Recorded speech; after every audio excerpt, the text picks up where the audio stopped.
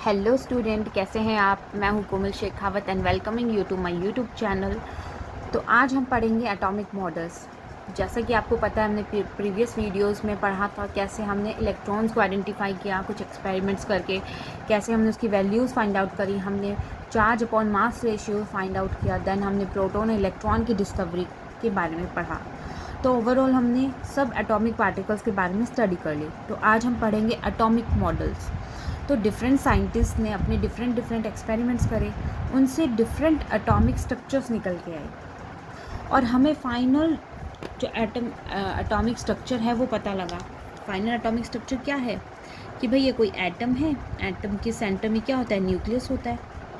अब न्यूक्लियस में भी दो चीज़ें होती हैं, एक तो होता है प्रोटॉन और एक होता है न्यूट्रॉन, राइट। अब इस न्यूक्लियस के चारों ओर क्या होती हैं, कुछ शेल्स होती हैं जिसके अंदर क्या होते हैं, इलेक्ट्रॉन्स प्रेजेंट होते हैं। तो ये तो है फाइनल स्ट्रक्चर है।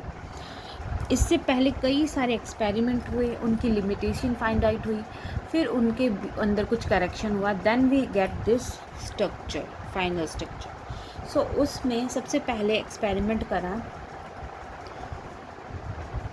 जॉन डाल्टन ने। जॉन डाल्टन ने सबसे पहले बताया एटम के बारे में, और ये कब किया था उन्होंने, 1808 में। और उन्होंने क्या बताया, उन्होंने तीन चीज़ें बात एटम के बारे में बताई। फर्स्ट क्या है, उन्होंने बताया एटम क्या है, स्टेबल है। स्टेबल मतलब कि जितने नंबर ऑफ़ इलेक्ट्रॉन्स हैं उतने ही नंबर ऑफ़ प्रोटॉन्स हैं। यहाँ पे इलेक्ट्रॉन प्रोटॉन पता नहीं था, तो क्या बोला था, जितने नंबर ऑफ़ पॉजिटिव चार्ज है उतने ही नंबर ऑफ़ नेगेटिव चार्ज है, राइट। फिर दूसरी चीज़ उन्होंने क्या बताया कि जो एटम होता है वो अनडिविजिबल होता है। अनडिविजिबल होता है, अनडिवाइडेबल बोल दो या अनडिविजिबल बोल दो, राइट।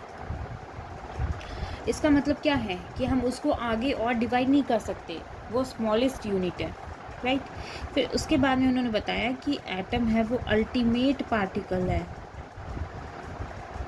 अल्टीमेट पार्टिकल मतलब वो एक स्मॉलेस्ट पार्टिकल में एग्जिस्ट करता है, उसके बाद उससे छोटा कोई पार्टिकल नहीं होता है, वो स्मॉलेस्ट पार्टिकल होता है, राइट। क्या होता है, एटम।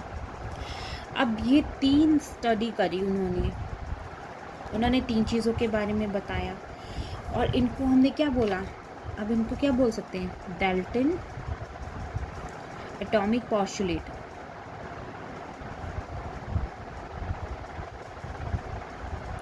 क्या बोला गया, डाल्टन एटॉमिक पोस्टुलेट बोला गया। अगर आपको इसके बारे में नहीं पता है तो आप ये 9th क्लास में पढ़ सकते हैं।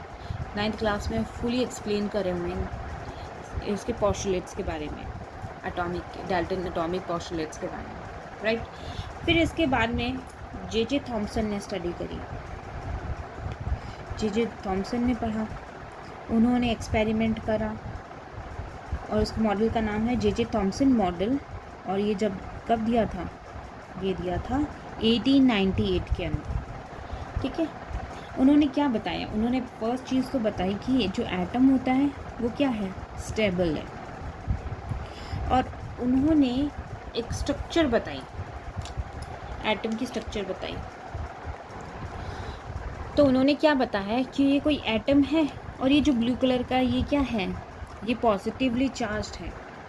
ये पूरा क्या है, पॉजिटिवली चार्ज्ड है।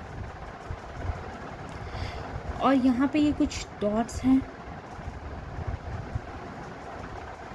इनको क्या बोला, ये क्या है, ये नेगेटिवली चार्ज्ड है, ठीक है। ये पूरा जो स्ट्रक्चर है ये क्या है, पॉजिटिवली चार्ज्ड है, और उसके अंदर जो ये डॉट्स प्रेजेंट है इसको क्या बोला, ये नेगेटिवली चार्ज्ड है, राइट। अब अगर जितने अमाउंट पे पॉजिटिव चार्ज है उतने ही अमाउंट पे नेगेटिव चार्ज है, दैट इज़ वाई उन्होंने बोला कि एटम ये क्या है, स्टेबल है, इलेक्ट्रिकली न्यूट्रल है, राइट। जितने अमाउंट में पॉजिटिव चार्ज है उतने अमाउंट में ही नेगेटिव चार्ज होगा, था that is why it is stable. So इन्होंने इसके डिफरेंट नाम दिए, अपने मॉडल के डिफरेंट नाम दिए। तो उन्होंने नाम दिया प्लम पुडिंग, रेजिन पुडिंग और वाटरमेलन मॉडल। तो प्लम पुडिंग में क्या है, सपोज़ ये एक कोई केक है, और ये जो डॉट्स हैं सपोज़ ये कोई केक है, केक ये पॉजिटिवली चार्ज है और इसके नीचे ये जो ड्राई फ्रूट्स हैं ये क्या है, नेगेटिवली चार्ज हैं, तो उन्होंने प्लम पुडिंग नाम दिया। रेजिन पुडिंग सेम, ये कोई केक है, देन इसके बीच में ये जो डॉट्स हैं ये क्या, नेगेटिवली चार्ज मीन्स रेजिन है। वाटरमेलन में ये कोई वाटरमेलन है, इसके जो डॉट्स हैं ये उसके सीड्स हैं। तो ये 3 नेम दिए थे उन्होंने अपने मॉडल का, राइट। अब उन्होंने एक इम्पॉर्टेंट फीचर्स बताया था यहाँ से अपने मॉडल के बारे में। उन्होंने क्या बताया था, इम्पॉर्टेंट फीचर बताया था, एक इम्पॉर्टेंट फीचर था, वो क्या है कि जो मास होता है एटम का वो यूनिफॉर्मली डिस्ट्रीब्यूटेड है ओवर द एटम। क्या बोला है, mass of atom is assumed to be uniformly distributed over the atom. जो इसका मास होता है यूनिफॉर्मली डिस्ट्रीब्यूटेड है, कहीं एक जगह पे नहीं है, यूनिफॉर्मली डिस्ट्रीब्यूटेड है। तो ये इंपॉर्टेंट फीचर था इस मॉडल का। अब कुछ ड्रॉबैक्स भी हैं। अब ड्रॉबैक्स क्या है, limitations, we can say limitation क्या हो सकती है कि उन्होंने बोला कि पॉजिटिव और नेगेटिव चार्ज है। अब उन्होंने ये नहीं बताया कि जो पॉजिटिव और नेगेटिव चार्ज कितने पास या कितने दूर हो सकते हैं। उन्होंने डिस्ट्रीब्यूशन ऑफ चार्ज के बारे में नहीं बताया, राइट। अब उन्होंने ये भी नहीं बताया कि जो मास है, उन्होंने बोल दिया कि यूनिफॉर्मली डिस्ट्रीब्यूटेड है। उन्होंने सिर्फ बोल दिया, ना कोई एक्सपेरिमेंट करा, ना कोई प्रूफ दिया, उन्होंने सिर्फ बोला और मॉडल बता दिया। तो बिना प्रूफ किए वो ये प्रूफ भी नहीं कर पाएगी यूनिफॉर्मली हाँ ये जो मास है वो यूनिफॉर्मली डिस्ट्रीब्यूटेड है, वो उसे प्रूव नहीं कर पाए। उन्होंने कोई भी एक्सपेरिमेंट नहीं करा। तो ये 2 इसमें लिमिटेशंस थी। तो अब ये रदरफोर्ड थे जो कि जे थॉमसन के ही स्टूडेंट थे। उन्होंने सोचा हाँ अब हम कोई एक्सपेरिमेंट करते हैं, हम कुछ एक्सपेरिमेंट करते हैं और प्रूफ करते हैं एटम की स्ट्रक्चर्स को। तो उन्होंने एक एक्सपेरिमेंट करा जो था कि Rutherford nuclear model of atom. उन्होंने एक एक्सपेरिमेंट करा। उस एक्सपेरिमेंट में क्या किया कि फर्स्ट यहाँ पे एक अल्फ़ा सोर्स लगाया। अल्फ़ा सोर्स मतलब कि जिसमें से अल्फ़ा पार्टिकल्स रिलीज हो रहे हैं। ये कोई अल्फ़ा सोर्स है जिसमें से अल्फ़ा पार्टिकल्स रिलीज हो रहे हैं। अब इसके चारों तरफ उन्होंने क्या किया, एक लेड शीट लगाई और we can say lead box लगाया। ओके, ये कोई लेड बॉक्स लगाया उन्होंने और ये बहुत थिक है। ये जो लेड बॉक्स है ये बहुत ही थिक है, जिसमें से क्या हो रहा है कि यहाँ से अल्फ़ा पार्टिकल्स रिलीज हो रहे हैं और ये यहाँ पे क्या हो रहा है, इस लेड पे एब्जॉर्ब्ड हो रहे हैं, उसको बाहर नहीं जाने दे रहे हैं, राइट। ये तो हो गया alpha source, alpha particle source हो गया, और ये हो गया लेड बॉक्स, राइट। अब क्या हो रहा है, उन्होंने एक क्या किया, यहाँ पे गोल्ड की फॉइल लगाई। ये कोई गोल्ड की फॉइल है, राइट। ये कोई गोल्ड की फॉइल है और ये जो गोल्ड की फॉइल है ये थाउजेंड्स ऑफ इलेक्ट्रॉन्स की बनी हुई है, थाउजेंड ऑफ एटम्स की बनी हुई है।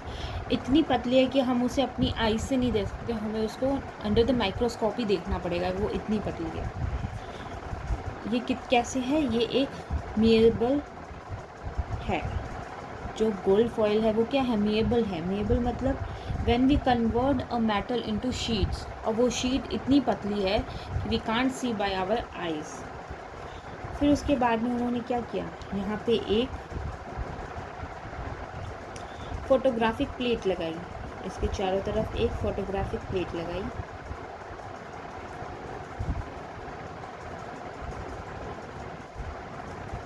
राइट। अब उसके यहाँ पे एक लेयर लगाई, किसकी, यहाँ पे क्या लेयर लगाई, जिंक सल्फाइड की। और एज वी नो कि ये सल्फाइड क्या होती है, फ्लोरेसेंट स्क्रीन होती है, जिसका क्या काम होता है फ्लोरेसेंट स्क्रीन का, हमने पिछले एक्सपेरिमेंट में भी पढ़ा था। फ्लोरेसेंट स्क्रीन का क्या काम होता है कि कोई भी पार्टिकल जब इस पे अटैच्ड होता है तो वो क्या करता है, ग्लो करता है, राइट। ये क्या है, फोटोग्राफिक प्लेट है।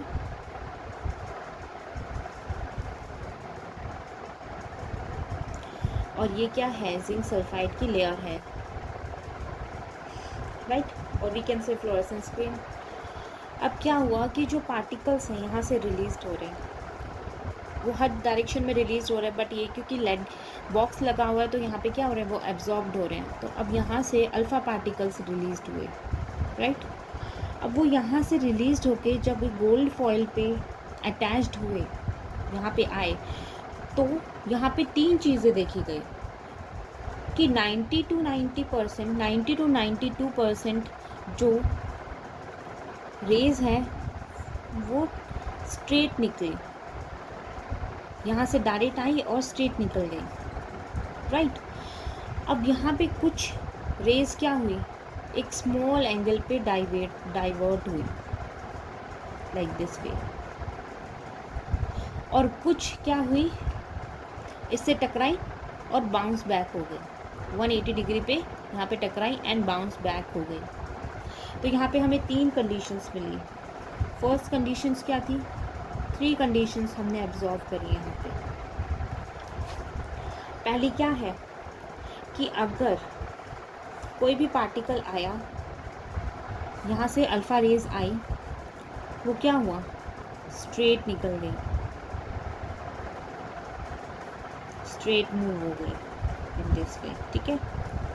दूसरी कंडीशंस हमने क्या देखी कि कुछ जो अल्फ़ा रेज हैं, अल्फ़ा पार्टिकल रेज हैं, वो क्या हुई, स्मॉल एंगल से डाइवर्ट हुई, वी कैन से डिफ्लेक्ट हुई, और ये क्या है, स्ट्रेट निकली मतलब अनडिफ्लेक्टेड हुई,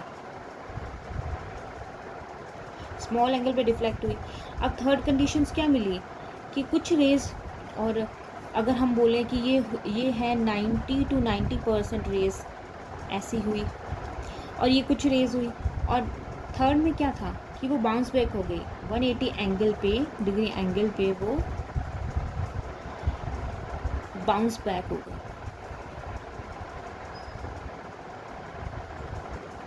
राइट। और ये कितने अमाउंट में होता है, जब 1:, जब 20,000 पार्टिकल्स निकल रहे हैं, उसमें से कोई एक पार्टिकल्स बाउंस बैक हो रहा है या एक रेज बाउंस बैक हो रही है। तो इसमें हम क्या कंक्लूज़न निकला, ये 3 कंडीशंस हुई, इससे हमने क्या कंक्लूज़न निकाला, इससे कंक्लूज़न क्या निकला कि अगर कोई रेज, ये कोई रेज है, ये स्ट्रेट निकली, इट मीन्स अगर वो स्ट्रेट निकली है तो इट मीन्स कि यहाँ पे कोई एम्प्टी स्पेस है, दैट इज़ वाई कि वो स्ट्रेट निकल गई, एम्प्टी स्पेस के कारण ही वो स्ट्रेट निकल गई, राइट। अब दूसरी कंडीशंस में क्या हुआ कि अगर वो 180 डिग्री पे बाउंस बैक हो रही है, मीन्स यहाँ पे डेफिनेटली कोई सॉलिड पार्टिकल्स या पॉजिटिव चार्ज है, जिसके कारण क्या हुआ, पॉजिटिव क्या हुआ, अल्फ़ा पार्टिकल्स हमने लिए हैं, क्या है वो पॉजिटिवली चार्ज्ड है, और कोई पॉजिटिव चार्ज बीच में प्रेजेंट है, तभी तो उनके बीच में क्या हुआ, रिपल्शन हुआ, रिपल्शन होने से क्या हुआ, वो बाउंस बैक हो गई, राइट। अब ये जो स्मॉल एंगल में डिफ्लेक्ट हुई है, उसमें क्या हुआ है, उसमें हुआ है कि कोई भी पॉजिटिव चार्ज अगर सेंटर में प्रेजेंट है और ये रेज आई हैं, तो एक स्मॉल एंगल से यहाँ पे क्या पॉजिटिव रेज है, एक स्मॉल एंगल से ये डाइवर्ट हो गई हैं, यहाँ से कोई रेज आई है, ये स्मॉल एंगल से डाइवर्ट हो गई है, ये इस कंडीशंस में हो। तो इन सब ऑब्जर्वेशन से उन्होंने एक मॉडल स्ट्रक्चर निकाला, उन्होंने एक एटम का स्ट्रक्चर बताया। क्या बताया कि ये कोई एटम है, राइट। एटम के बीच में डेफिनेटली कोई पॉजिटिव चार्ज है, और जो इलेक्ट्रॉन्स हैं वो यहाँ पे रिवॉल्व कर रहे हैं। तभी तो देखो फर्स्ट कंडीशन में क्या हुआ कि स्ट्रेट डायरेक्शन में मूव कर गए, तो ये जो रेज हैं वो यहाँ से निकली हैं, तभी वो अनडिफ्लेक्टेड रही, यहाँ से पास आउट हो गई, मीन्स कि वो जो एम्प्टी स्पेस है वहाँ से निकल गई।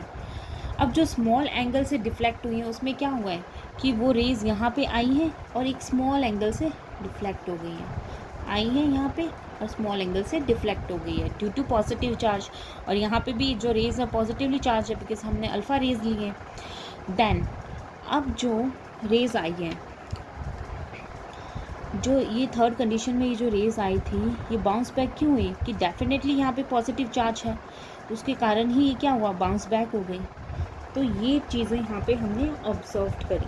तो यहाँ से हमने एक चीज़ हमें पता लग गई कि जितने नंबर ऑफ़ इलेक्ट्रॉन्स हैं उतने ही नंबर ऑफ़ प्रोटॉन्स हैं, राइट।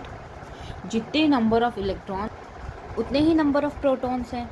और उन्होंने बताया कि यहाँ पे सेंटर में पॉजिटिव चार्ज है और इलेक्ट्रॉन क्या कर रहे हैं, कंटिन्यूसली इसके चारों ओर रिवॉल्व कर रहे हैं। कैसे?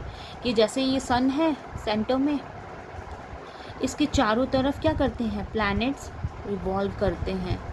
उसी तरह से क्या हो रहा है, ये पॉजिटिव प्रोटॉन्स है, उसके चारों तरफ इलेक्ट्रॉन्स रिवॉल्व कर रहे हैं। ठीक है।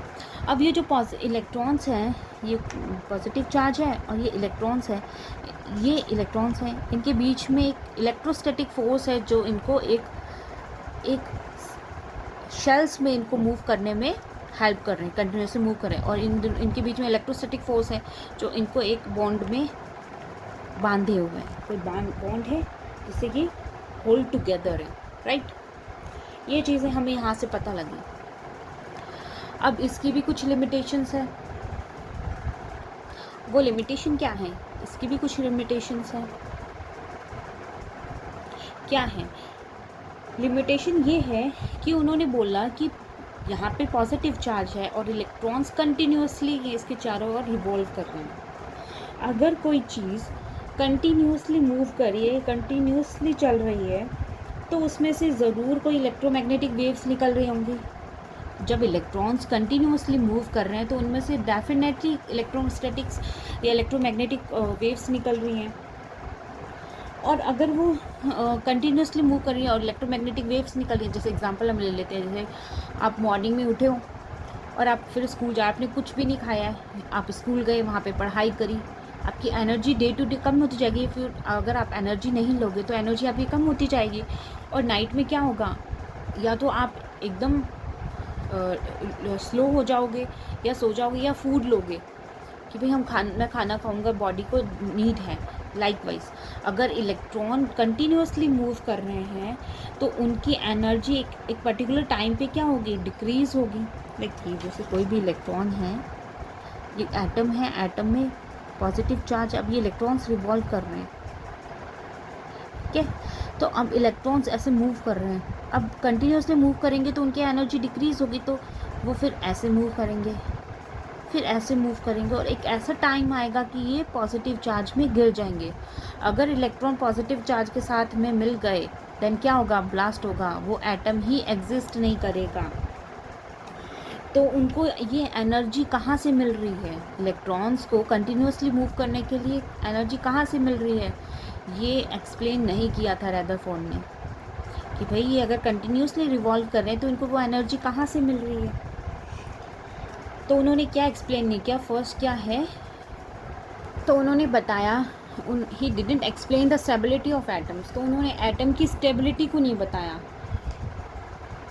And then he didn't explain the distribution of electron around the nucleus and the energy of electrons. तो उन्होंने डिस्ट्रीब्यूशंस को नहीं बताया कि भाई इलेक्ट्रॉन कैसे कैसे डिस्ट्रीब्यूट है, हम अपनी मर्ज़ी से कहीं भी लगा देते हैं, तो कितना डिस्टेंस होना चाहिए इलेक्ट्रॉन्स के बीच में, उनका क्या डिस्ट्रीब्यूशंस है वो नहीं बताया। और एनर्जी उनको कहाँ से मिल रही है इलेक्ट्रॉन को कंटिन्यूसली रिवॉल्व करने के लिए, वो भी एक्सप्लेन नहीं किया। तो ये कुछ ड्रॉबैक्स थे इस रदरफोर्ड मॉडल के। अब यहाँ से हमें एक चीज़ तो पता लग गई क्या, कि जितने नंबर ऑफ़ इलेक्ट्रॉन्स है उतने ही नंबर ऑफ़ प्रोटॉन्स है, राइट। अब यहाँ से एक और चीज़ पता लगी कि जो न्यूक्लियस है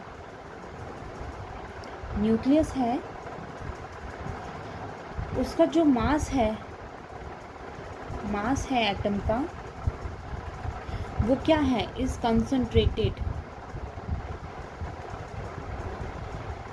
जो न्यूक्लियस है, जो मास है एटम का, वो कहाँ है, न्यूक्लियस के अंदर। मीन्स कि जो एक मास है, पॉजिटिव चार्ज है, वो सेंटर में प्रेजेंट है, और राउंड द पॉजिटिव चार्ज वहाँ पे क्या है, एम्प्टी स्पेस है। तो जो मास है वो सेंटर में क्या है, कंसंट्रेटेड है। अब उससे हमें क्या पता लगा कि मास क्या होता है, किसके इक्वल होता है मास, मास इक्वल होता है प्रोटोन। अब न्यूक्लियस में क्या क्या होता है हमें पता ही है। मास इज अगर ये बोल रहे हैं mass of atom is concentrated nucleus में, तो क्या हुआ, mass is equal to nucleus में क्या क्या होता है, प्रोटॉन प्लस न्यूट्रॉन। अब प्रोटॉन एंड न्यूक्लियस को क्या बोल दिया, न्यूक्लियॉन्स। एक इनका नाम आ गया, क्या है, न्यूक्लियॉन्स। तो इनसे ही रिलेटेड, इसकी स्टडी से ही रिलेटेड हम स्टडी करेंगे अब एटॉमिक नंबर और एटॉमिक मास वो कैसे निकालते हैं। अब atomic number and mass number हम इससे ही रिलेटेड हम ये स्टडी करते हैं। एटॉमिक नंबर क्या होता है, एटॉमिक नंबर क्या होता है, नंबर ऑफ प्रोटॉन्स जो कि प्रेजेंट है न्यूक्लियस के अंदर, present in the nucleus, right. और वो किसके इक्वल होता है, एटॉमिक नंबर के। जैसे हम एग्जांपल लेते हैं सोडियम का, Na, जिसका एटॉमिक नंबर होता है 11 और एटॉमिक मास होता है 23। यस, ऐसे ही रिप्रेजेंटेशन होता है किसी भी एलिमेंट का। यहाँ पे क्या है, ये एलिमेंट है, ये एटॉमिक नंबर है, ये क्या है, एटॉमिक मास या मास नंबर। अब एटॉमिक नंबर को हम किससे डिनोट करते हैं, Z से। ये कितना है, एटॉमिक नंबर कितना है, 11 फॉर सोडियम, राइट। अब हमें पता है कि नंबर ऑफ प्रोटॉन्स किसके इक्वल होता है, नंबर ऑफ प्रोटॉन्स किसके इक्वल है, एटॉमिक नंबर के। तो यहाँ पे एटॉमिक नंबर कितना हुआ, 11 प्रोटॉन्स हो गए, राइट। यहाँ पे हमें 11 मिल गए प्रोटॉन्स, ये एटॉमिक नंबर है, एटॉमिक नंबर 11 है तो हमें 11 प्रोटॉन मिल गए। अब हमने यहाँ से क्या फाइंड आउट किया, जितने नंबर ऑफ प्रोटॉन है उतने ही इलेक्ट्रॉन है। इट मीन्स 11 प्रोटॉन्स है तो 11 ही इलेक्ट्रॉन्स होंगे, राइट। अब एटॉमिक मास क्या है, एटॉमिक मास क्या होता है, एटॉमिक मास किसके इक्वल होता है, proton plus neutron is equal to atomic mass या मास नंबर, राइट। तो वो कितना हुआ, P plus N, atomic mass कितना है 23। अब प्रोटॉन कितना है 11, न्यूट्रॉन हमें पता नहीं है 23। तो यहाँ से हमने निकाल लिया, राइट, यहाँ से हमने न्यूट्रॉन निकाल लिया। तो इससे ही एटॉमिक नंबर है, हम उससे किससे डिनोट, एटॉमिक मास है या मास नंबर है, हम उससे किससे डिनोट करते हैं, A से। ये जाना ज़रूरी है। So that's it for the today. अब हम कल पढ़ेंगे इससे रिलेटेड कुछ एग्जाम्पल्स हैं वो हम सॉल्व करेंगे, और इससे ही related atomic number and mass number से रिलेटेड ही टॉपिक है आइसोटॉप्स एंड आइसोबार, उसके बारे में स्टडी करेंगे। That's it for the today. Thank you.